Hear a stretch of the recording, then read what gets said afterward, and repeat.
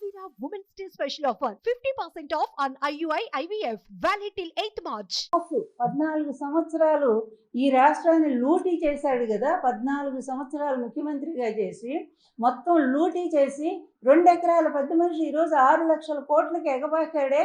ఇదంతా అవినీతి కదా, నీ కళ్ళకు కనపట్లేదా? అందులో నీకు ఎంత షేర్ చేస్తున్నాడో మాకు తెలియదు. దాని గురించి ఎందుకంటే ఇవన్నీ చాటుమాటు వ్యవహారాలు కనుక. కానీ పబ్లిక్గా ఈరోజు కేసులు బట్టబయలు చేస్తూ ఉన్నాయి కదా. అతను అవినీతి మీద 18 కేసులు స్టేలు తెచ్చుకొని బయటకు వచ్చాడు కదా. అందులో నేనేసిన కేసు కూడా ఉంది కదా. ఇన్ని ప్రత్యక్షంగా ఉన్నా కూడా నువ్వు నమ్మవా అతని గురించి? అంటే నువ్వు అతని చేతిలో ఎలా బందీ అయిపోయావో, ఎలా చిక్కిపోయావో అనేది చాలా స్పష్టంగా అర్థమవుతుంది. అది ఏ బలహీనత లేకపోతే ఏ విధంగా నువ్వు అతని చేతిలో చిక్కావు అనేది కొద్ది రోజులు అది కూడా బయటకు వస్తుంది. కానీ నువ్వు చిక్కి అతని చేతిలో నువ్వు ఈరోజు కాపు జాతిని అవమానం చేస్తున్నావు. ఇది మాత్రం ఎవరు క్షమించరానటువంటి విషయం. నీ బలహీనత నీ జాతి మొత్తానికి ఎలా ఆపాదిస్తావు? ఏమి 24 సీట్లు తీసుకుని నువ్వేదో పెద్ద గొప్పగా భావిస్తూ అతను మనకి ఇచ్చాడు కాబట్టి మనం నిలబడ్డామంటావే. పక్కనుండి ప్రతి ఒక్కడు కూడా పార్టీ పెట్టిందని ధైర్యంగా పోరాడతాడు. జగన్మోహన్ రెడ్డి గారు ఎప్పుడు పెట్టారు ఏ పార్టీ? 2011లో పెట్టారు. 2014 ఎలక్షన్స్, అందులో 16 నెలలు అయిపోయి జైల్లో పెట్టారు. జైల్లో పెట్టినా కూడా వచ్చి నిలబడి జైలు నుంచి వచ్చి కూడా ధైర్యంగా పోరాడలేదా? 175 సీట్లు పోటీ పెట్టలేదా?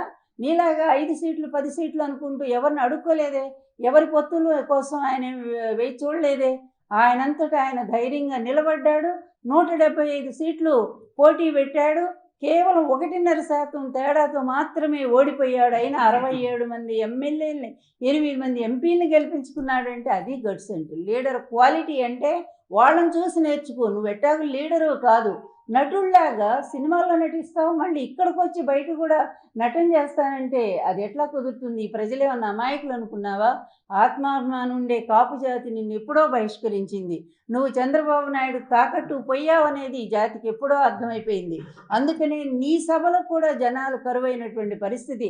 తాడేపల్లి అంటే పూర్తిగా ఇక్కడ కాపు ప్రాంతం అయినటువంటి ఈ ప్రాంతంలో చంద్రబాబు నాయుడు వేసిన ఎత్తు ఏంటంటే బ్రహ్మాండంగా నీ జనాలను ఉపయోగించుకొని తనకొచ్చారని చెప్పి చూపించుకుంటూ, చూసారా మా సభ అంత సక్సెస్ అయింది, ఇంత సక్సెస్ అయిందని చెప్పి చెప్పుకోవడం కోసం ఆయన ఒక పెద్ద ప్లాన్ చేశాడు. చేస్తే ఏమైంది? నువ్వు కూడా చతికిలబడ్డావు అక్కడ. అందువల్ల నువ్వు ఏమి సందేశం చెప్పు? ఎక్కడికి పాతాళాన్ని తొక్కేస్తావా? ఎవరిని? వైఎస్ జగన్మోహన్ రెడ్డి గారిని ఏం చేశారయ్యా?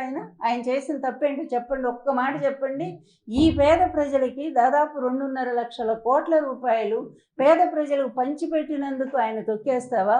ఈరోజు ఆంధ్రప్రదేశ్ని విద్యారంగంలో, వైద్య రంగంలో, వ్యవసాయ రంగంలో అన్ని రంగాల్లో కూడా నంబర్ 1గా నిలబెట్టినందుకు పాతాళానికి తొక్కేస్తారా? నీ దత్త తండ్రి నువ్వు కలిసి ఏం తప్పు చేశాడు జగన్మోహన్ రెడ్డి?